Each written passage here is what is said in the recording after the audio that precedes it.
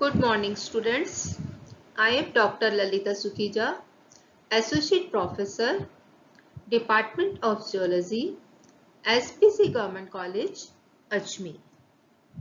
Last की lecture में हमने हिल स्ट्रीम फिशेस के बारे में पढ़ा कि ये फिशेस क्या होती हैं, और फिर हमने ये देखा कि जब ये फिशेस हिल स्ट्रीम एरिया में रहती हैं, उस पानी में रहती हैं, तो उस पानी में रहने के लिए इनमें कुछ इस तरह से बॉडी में चेंजेस आते हैं ताकि वो आसानी से वहां पर रह सके।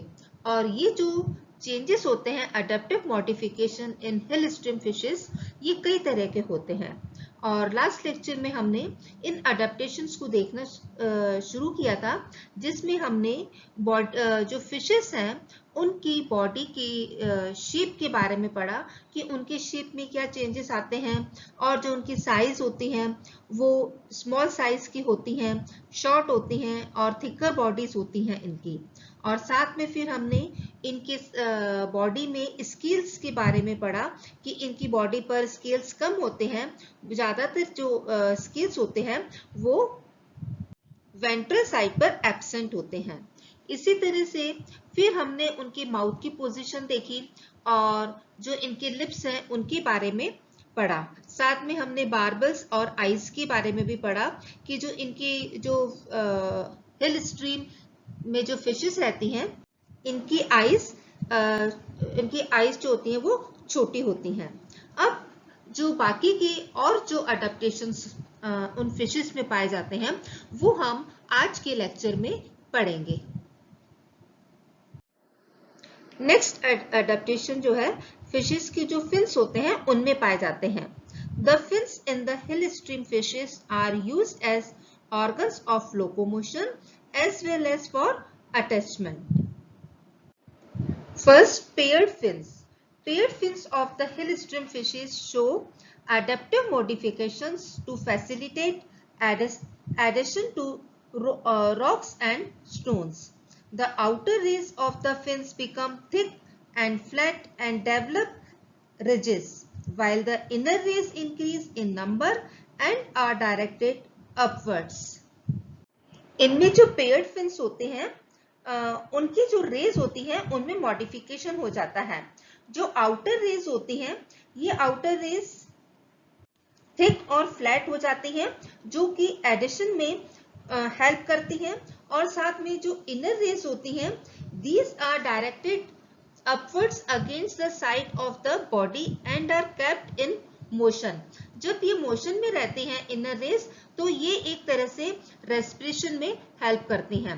तो इस तरह से जो इनके पेयर्ड फिन्स होते हैं, उनके जो रेस होती हैं उनमें मॉडिफिकेशन हो जाता है ताकि वो अपने आप को रॉक्स के साथ अपने आप को चिपका सके और साथ साथ में रेस्पिरेशन भी कर सकें।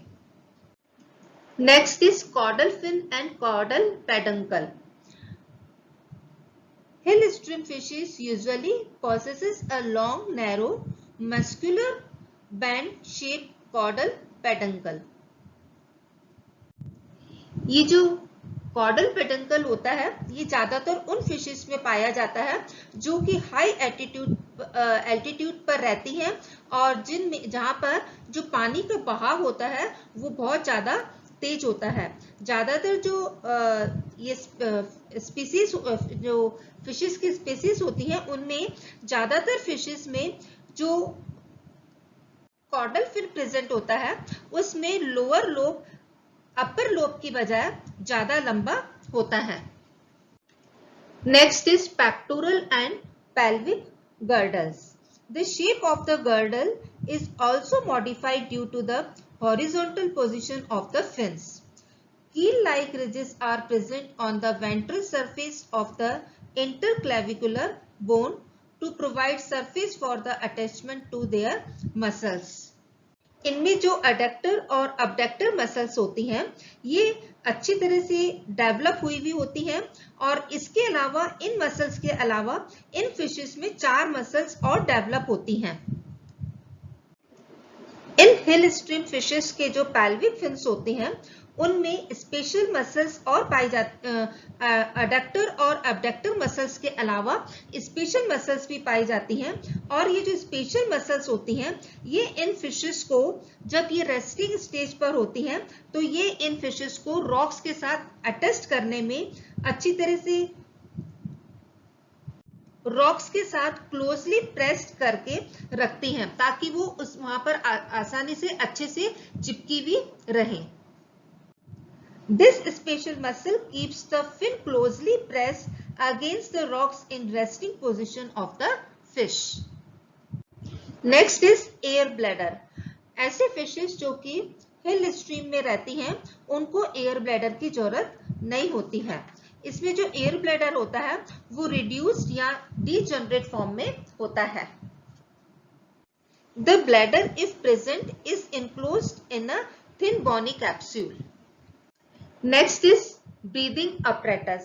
ये जो फिशेस होती हैं ये मोस्टली अपनी वेंट्रल सरफेस, इनकी जो वेंट्रल सरफेस होती है मॉडिफाइड होती है और ज्यादातर अटैचमेंट के काम आती है, यानी कि ये अपनी वेंट्रल सरफेस के द्वारा चट्टान के साथ या पत्थरों के साथ चिपकी हुई होती हैं। तो ऐसे कंडीशन में जो इनकी गिल स्लिट्स होते हैं वो लेटरल साइड पर होते हैं और साथ में उनका जो साइज होता है वो रिड्यूस होता है, छोटा होता है।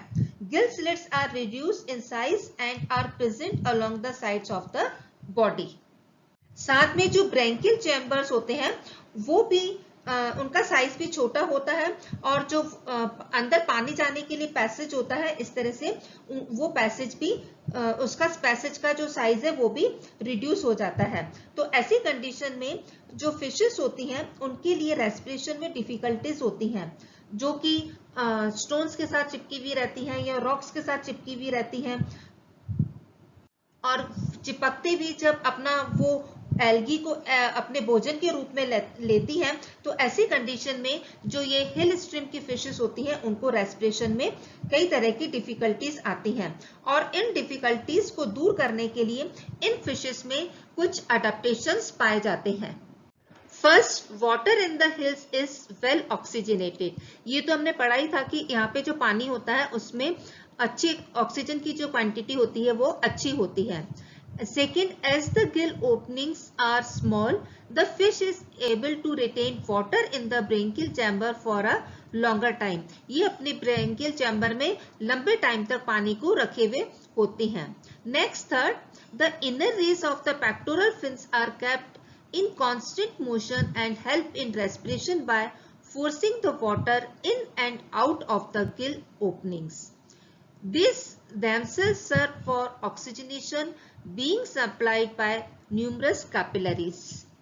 इनमें जो पेक्टोरल फिन होता है वो इटसेल्फ उसमें कई न्यूमरस ब्लड कैपिलरीज पाई जाती हैं। इस तरह से वो एक एसेसरी रेस्पिरेटरी ऑर्गन की तरह फंक्शन करता है। Next is adhesive device. ये तो हमको मालूम ही है कि जो हिल स्ट्रीम फिशेस होती हैं वो तेज बहते हुए पानी में रहती हैं, तो इनकी सबसे बड़ी प्रॉब्लम है कि ये उस तेज बहते हुए पानी में अपने आप को कैसे रोके और वो उसके साथ बह के आगे नहीं आ जाए। तो ऐसी कंडीशन में उस तेज बहते हुए पानी में रहने के लिए वो अपने बॉडी में इस तरह के अडेप्टेशन करती हैं कि वो किसी तरह से वहां पर चिपकी रहे और पानी के बहाव के साथ आगे न आ जाए। तो इस तरह से जो हिल स्ट्रीम फिशेस होती हैं इनमें अलग अलग स्पीसीज में अलग अलग तरह के एडेसिव अपरेटस पाए जाते हैं। कुछ फिशेस में माउथ के पीछे की तरफ एडेसिव ऑर्गन्स पाए जाते हैं, कुछ फिशेस में पेक्टोरल फिन्स के बीच में एडेसिव ऑर्गन्स पाए जाते हैं और किसी भी तरह से ये जो एडेसिव ऑर्गन्स होते हैं ये फिशेस को चट्टानों के साथ या स्टोन्स के साथ चिपकने में हेल्प करते हैं। जैसे कि आप डायग्राम में देख रहे हैं, इनमें जो पेक्टोरल और पेल्विक फिन है दोनों फिशेस में, इनकी पोजीशन इस तरह से होती है कि ये रॉक्स एंड स्टोन्स के अगेंस्ट ग्रेटर फ्रैक्शन प्रोवाइड कर सकते हैं और साथ में जो ये सक्टोरियल माउथ प्रेजेंट है, इसके साथ सकर भी प्रेजेंट होता है।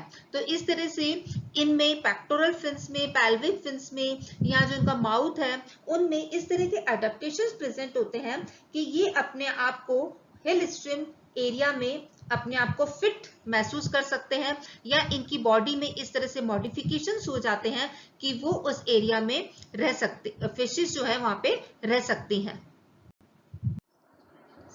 जैसे कि आप डायग्राम में देख रहे हैं, जो ए फिश है इसमें जो स्ट्रिएशंस प्रेजेंट है वो सिर्फ चेस्ट रीजन में है और जो बेली है वो स्मूथ है, जबकि जो बी टाइप फिश है इसमें जो एडेसिव अपरेटस प्रेजेंट है उसके लिए जो स्ट्रिएशंस प्रेजेंट है वो चेस्ट रीजन में भी प्रेजेंट है और बेली रीजन में भी प्रेजेंट है।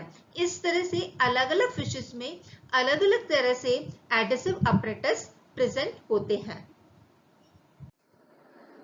Next, in Gleptothorax fishes, a well-developed U-shaped या V-shaped adhesive apparatus form of folds of the skin is present between the bases of the pectoral fins या pectoral fin के बीच में ये adhesive organ present है।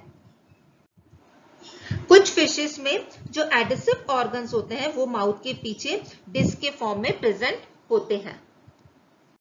ये जो diagram देख रहे हैं, इस डायग्राम में जो फिन्स होते हैं वो हॉरिजॉन्टल पोजीशन पर होते हैं, जिसके कारण जो गर्डल्स होती हैं वो मॉडिफाइड हो जाती हैं और keel like ridges are present on the ventral surface of the interclavicular bones. ये जो इंटरक्लेविकल बोन्स होती हैं वो मसल्स के अटैचमेंट के लिए सरफेस प्रोवाइड करते हैं। तो इस तरह से स्टूडेंट्स आज के लेक्चर में हमने और अडेप्टेशंस के बारे में पढ़ा कि किस तरह से ये जो हिल स्ट्रीम फिशेस होती हैं इनकी बॉडी किस तरह से मॉडिफाई हो जाती है और ताकि वो अपने आप को अडेप्ट कर सकती हैं अपने हिल स्ट्रीम वाटर होता है वहां पे रहने के लायक। इसके अलावा जो ये हिल स्ट्रीम फिशेस होती हैं इनके ओरिजिन के लिए भी अलग अलग व्यूज दिए गए। फर्स्ट व्यू जो दिया गया वो ये दिया गया कि ये जो फिशेस हैं वहां पर एक्सीडेंटली पहुंच गई और अचानक से या किसी भी कारण से पहुंच गई होंगी। लेकिन दूसरा व्यू ये दिया गया कि ये जो फिशेस हैं वो हिल स्ट्रीम एरिया में इसलिए पहुंची क्योंकि जो लैंड स्ट्रीम्स होती हैं वहां पर उनको खाने की दिक्कत हुई होगी, तो वो खाने की खोज के लिए उस हिल स्ट्रीम एरिया में पहुंच गई। और दूसरा साथ साथ जो लैंड स्ट्रीम होता है वहां पर उनको वो कुछ प्रीडेटर्स हुए होंगे, उनसे बचने के लिए भी ये हिल स्ट्रीम एरिया की तरफ माइग्रेट कर गई। तो इस तरह से वो हिल स्ट्रीम फिशेस पाई गई। तो इस तरह से अलग अलग व्यूज है origin of hill stream fishes के लिए। So it appears that the fishes living in the sluggish waters of the plain slowly ascended the hill stream in search of food and shelter. Gradually they acquired characters, making them successful for living in the rapid flowing hill streams. इस तरह से वो हिल streams में successfully रहने लगी। Okay, thanks class.